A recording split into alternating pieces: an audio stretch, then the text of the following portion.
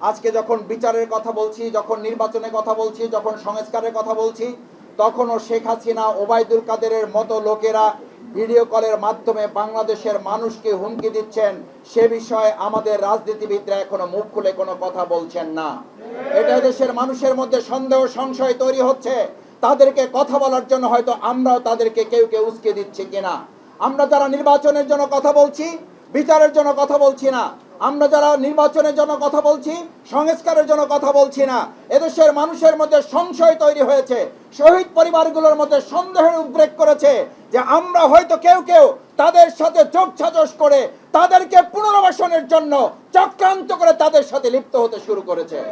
সম্মানিত ভাই এবং বন্ধুগণ, বাংলাদেশের এই প্রেক্ষাপটে শহীদ পরিবারের আজকে দোয়ার সবচেয়ে বড় কাজ হবে তাদের শহীদদের এই গুলি করা যে সমস্ত সন্ত্রাসী, তাদের অধিকাংশদেরকে গ্রেপ্তার করা যায় নাই।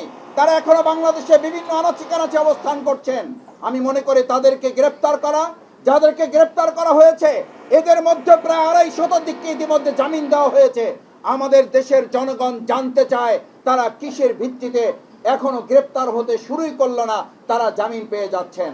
সম্মানিত ভাই এবং বন্ধুগণ, আসুন বিচার, সংস্কার, পিআর পদ্ধতিতে নির্বাচন, স্থানীয় নির্বাচনের মাধ্যমে বর্তমান সরকারের সক্ষমতা, নাগরিক সুবিধা নির্ধারণ করে এবং আগামী দিনে জাতীয় সংসদ নির্বাচনের সুষ্ঠু লেভেল প্লেইং ফিল্ড তৈরি হয়েছে কিনা তার নিশ্চয়তার জন্য স্থানীয় নির্বাচন নিশ্চিত করার পরেই কেবল আমরা চাই জাতীয় সংসদ নির্বাচন অনুষ্ঠান সুষ্ঠুভাবে লেভেল প্লেইং ফিল্ড, যার আমি আমার ভোট যাকে খুশি তাকে দেব, এই পরিবেশ নিশ্চিত হবে তখন যখন আমরা একটা স্থানীয় নির্বাচনের মাধ্যমে এরকম একটা কেস আমরা নির্ধারণ করতে পারবো। বড় একটি দলের রাজনৈতিক দলের নেতৃবৃন্দ জেলখানা থেকে বের হয়ে কেঁদে কেঁদে বলেছিল সেদিন যে এই মাসুম বাচ্চার স্কুলের বাচ্চারা বুকে গুলি ধারণ করে আন্দোলন করে আমাদেরকে মুক্ত করেছে। সেদিন ঠিক কিন্তু তাদেরকে স্মরণ করেছিল। কিন্তু আজকে 10 মাসের মধ্যে কি এমন হলো যে আজকে যাদের রক্তের বিনিময়ে, যাদের জীবনের বিনিময়ে আমরা মুক্ত হলাম, পৃথিবীবাদ মুক্ত হলাম, শেখ হাসিনা সরকারের পতন হলো, তাদের শহীদদের, হত্যাকারীদের বিচারের পরিবর্তে, সংস্কারের পরিবর্তে আজকে ক্ষমতার লোভে আমরা আকৃষ্ট হয়ে নির্বাচন করতে করতে পাগল হয়ে গেছি।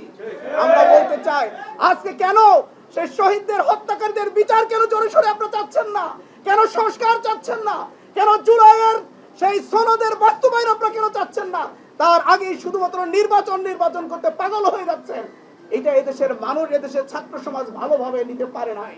তাই আমরা বলতে চাই, আসুন সম্মানিত ভাইয়েরা আমার, যেই জুলাই অভ্যুত্থান সংগঠিত হয়েছিল নতুন বাংলাদেশের জন্য, নতুন একটি রাজনৈতিক বন্দোবস্তের জন্য, যেই রাজনৈতিক বন্দোবস্ত বাস্তবায়ন হলে আর কোন রাজনৈতিক শক্তি ক্ষমতায় গিয়ে ফ্যাসিবাদী কায়দায় আচরণ করতে পারবে না।